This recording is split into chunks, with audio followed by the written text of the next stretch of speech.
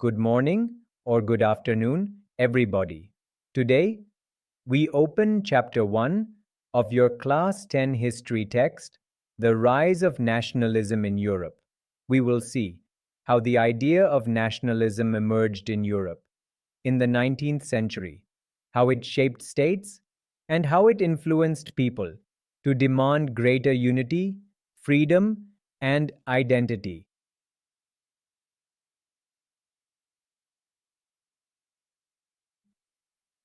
Here's a roadmap of what we will cover. First, we set the stage. Europe after the Congress of Vienna, 1815. Then, we'll examine how nationalism emerged, culturally, politically, and economically. We will study the unification of Germany and Italy as key examples of political nationalism. We'll also look at how the old European order faced challenges. And finally, we'll think about the legacy of nationalism for the modern world.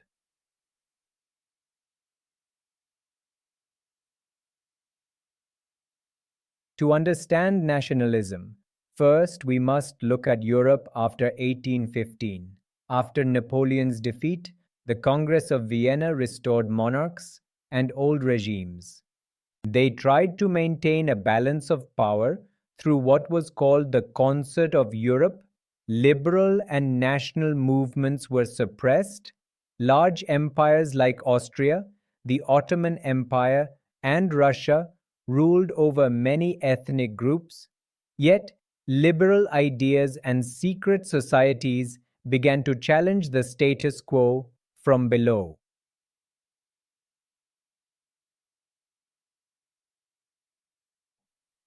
One foundation of nationalism was cultural. The Romantic movement emphasized folk songs, legends, national languages, creating pride in the past.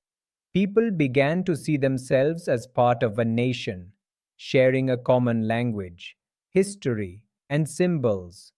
Print culture expanded. Newspapers, books, and periodicals spread national consciousness. Clubs, debates, and public gatherings formed a public sphere for discussion. Nationalist thinkers used symbols, mythologies, and heroes to forge collective identity.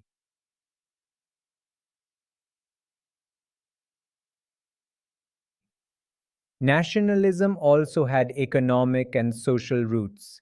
Industrialization connected regions, markets and trade, integrated economies, railways, telegraph lines, and improved transport linked distant places. A rising middle class, the bourgeoisie, demanded political voice and equality. People began realizing that common economic interests crossed local loyalties. Social reforms and secular education further spread modern civic ideas of nationhood.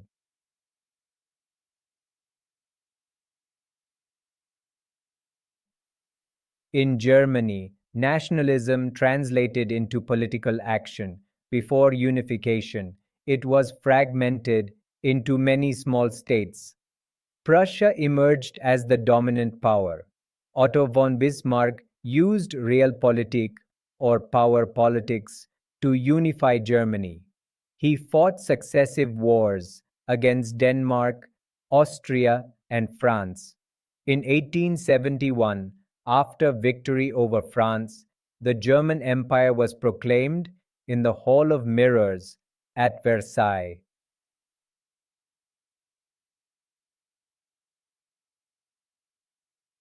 In Italy, too, nationalism led to unification. Italy was divided into duchies, papal states, and territories controlled by Austria or local rulers. Giuseppe Mazzini promoted a republican vision through Young Italy. Victor Emmanuel II and his Prime Minister Cavour from Piedmont used diplomacy and war. Garibaldi led volunteers, the Red Shirts, in the south to unify the peninsula. By 1861, much of Italy was unified, with later additions, completing the process.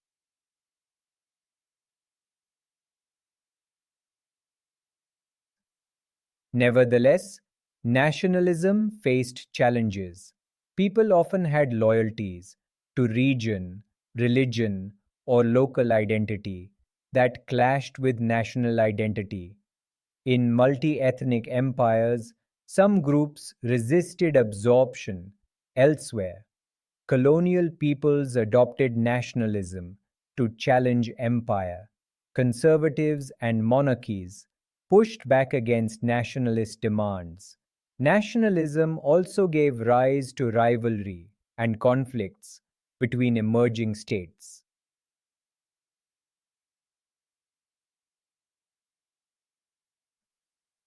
Nationalism left enduring legacies. It reshaped political geography. Nation states became the norm. Ideas of sovereignty, democracy, human rights, and citizenship emerged. But nationalism can be double-edged, unifying internally yet excluding others. It played a huge role in 20th century conflicts and in decolonization. Even today, debates over identity, migration, and citizenship show nationalism's continuing influence. Slide 10. Here are key terms from this chapter. Thanks for watching this video. I hope you enjoyed our journey. Don't forget to like and subscribe our channel for more videos.